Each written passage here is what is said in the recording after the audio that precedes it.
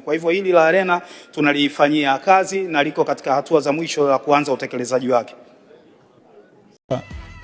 Arena moja tu nchini, unatuambia si arena zile za kwa sababu kila Superdome ile arena ukumbi. Yaani sisi tunaita majina yetu yote na industry yetu kubwa namna hii tunakosa arena moja tu. Tunakosaje yani? Asante Mheshimiwa Naibu Spika, kwa nimpongeze Mheshimiwa Sanga kwa swali zuri.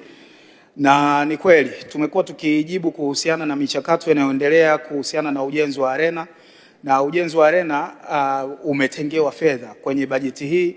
Tunapata takriban shilingi bilioni 400 kwa ajili ya ujenzi wa arena na ujenzi wa studio ya kisasa ya filamu.